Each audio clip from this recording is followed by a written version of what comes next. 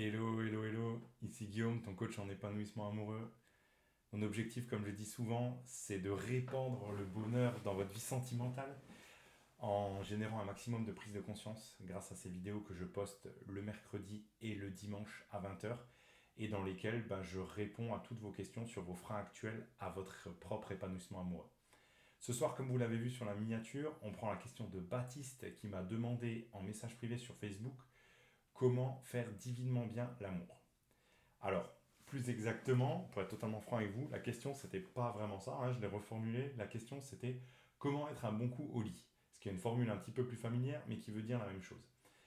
En tout cas, quand on met de la conscience sur cette formule-là, comment être un bon coup au lit, elle est révélatrice de beaucoup de conceptions un peu erronées à mon sens dans notre société, notamment l'idée de performance dans l'interaction sexuelle, qui est un peu dommage, hein, je trouve. Il ne devrait pas y avoir d'enjeu de performance dans l'interaction sexuelle. Après, c'est sans doute symptomatique de cette société un peu de glorification du sexe, où les standards des interactions sexuelles sont beaucoup définis par la pornographie, notamment. Et malheureusement, dans la pornographie, on voit que très rarement toute la notion d'instauration de connexion à l'autre qui se trouve en amont de l'interaction sexuelle. On focalise beaucoup sur l'interaction sexuelle comme si c'était ça qui allait faire le ciment de la relation à l'autre. Alors que finalement, l'interaction sexuelle, c'est sans doute plus une fin qu'un moyen. C'est-à-dire que c'est l'aboutissement de tout ce qui a été construit en amont dans notre interaction à l'autre. C'est c'est une sorte d'apothéose de l'interaction à l'autre. Donc voilà, je voulais déjà attirer votre conscience là-dessus.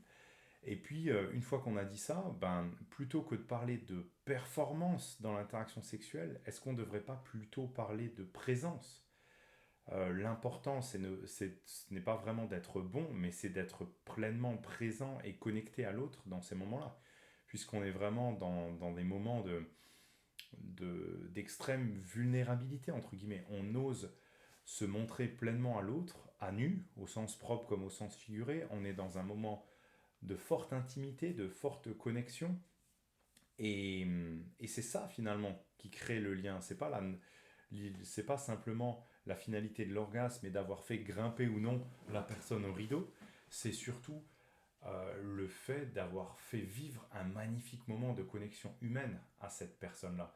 Et peu importe si au final il y a un incroyable orgasme, l'important c'est d'être proche, de se sentir hyper connecté.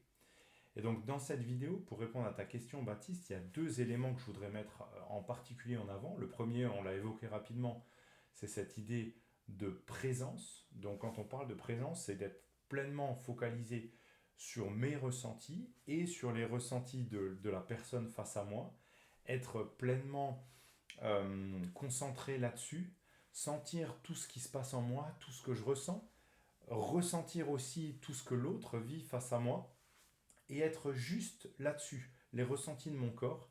J'éteins mon cerveau, j'arrête de penser à ce que les choses, elles devraient être ou pas être dans cette interaction physique, dans l'intimité. Je me concentre juste sur ce qui se passe maintenant, là, tout de suite. Ce que je ressens quand la personne elle m'a touché là, qu'elle m'a fait ça, qu'elle m'a mordillé dans le cou, qu'elle m'a susurré des mots doux à l'oreille, ce que je pressens aussi de sa réaction à elle quand j'ai fait ci ou ça. Voilà, je suis juste hyper connecté à mes ressentis, pleinement présent sur l'instant. Ça, c'est le premier point. Et le deuxième élément de réponse que je voulais t'apporter, Baptiste, c'est la notion de curiosité.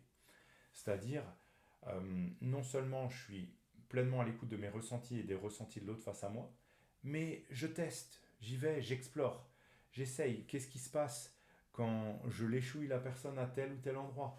Quand je la mordis, je lui mordis le lobe de l'oreille, je lui mordis le bout d'un téton, je, je lui susurre des mots doux à l'oreille, des mots peut-être romantiques, des mots peut-être plus crus. J'essaye, je teste plein de choses. Je la frôle, je l'effleure, je la caresse à tel ou tel endroit. J'essaye de découvrir ses zones érogènes. Bref, je suis un explorateur de son corps et de ses ressentis. Et à chaque fois que j'explore, j'observe aussi les réactions euh, et, je, euh, et j'emmagasine les informations. J'observe, ah voilà, ça elle aime, ça elle semble moins aimer. Et quand la personne apprécie, ben, je veux peut-être accentuer euh, la caresse, le mordiment, ce que je suis en train de faire, je l'accentue. Si elle semble moins appréciée, ben, j'arrête et je passe à autre chose. J'essaye, je fais des tests, j'explore en permanence. Et au fur et à mesure de toutes les interactions sexuelles, j'apprends à être un petit peu créatif, inventif, à tester de nouvelles choses, à pas me contenter de juste répéter à chaque fois ce que je sais qui plaît à la personne. Non, j'innove. À chaque fois, je tente des nouveaux trucs et surtout, je le fais avec aucun enjeu. Juste avec la volonté de découvrir ce qui se passe pour elle, le bien que ça lui fait ou que ça lui fait pas. Et voilà, juste avec cette envie d'être concentré sur ce qui se passe et peu importe le résultat. Vraiment sortir de cette notion de performance. Juste se focaliser sur la présence, décider que je vais juste passer un super moment d'humanité pleinement connecté à l'autre. Voilà, Baptiste, j'espère que ça répond un petit peu à tes interrogations. Si tu testes un petit peu cette nouvelle approche, n'hésite pas à te manifester en commentaire pour dire ce qu'il en est ressorti. En tout cas, moi je crois beaucoup à cette approche-là, qui casse un petit peu l'enjeu de performance, qui est juste dans de l'humanité et de la connexion de la présence. N'hésitez pas, si vous voulez vous manifester en commentaire, si vous n'êtes pas du tout d'accord avec moi, que vous estimez que dans l'intimité, il faut juste mettre des grands coups de rein et à une fréquence de plus en plus haute, la plus haute possible. Bon, on ne sera pas tout à fait d'accord, mais n'hésitez pas, on peut en débattre. Euh, et pour finir sur cette vidéo, comme je dis à chaque fois, n'hésitez pas à me suivre sur Facebook. Je partage des contenus un petit peu plus profonds, des opinions un petit peu plus personnelles que les simples réponses aux questions que je peux vous apporter ici. Et puis, si vous-même, vous avez une question à me poser concernant vos freins à votre épanouissement amoureux actuellement, n'hésitez pas à vous manifester soit en commentaire sur n'importe laquelle des vidéos de cette chaîne, soit en message privé sur Facebook. C'est en général là que je suis le plus réactif. Et peut-être que je prendrai votre question pour une des prochaines vidéos et que j'y répondrai avec grand plaisir, avec toujours cette idée d'apporter des prises de conscience puissantes sur vos interrogations du moment. Je vous laisse là-dessus, je vous souhaite à tous une super fin de journée et à bientôt pour la prochaine vidéo. Bye bye.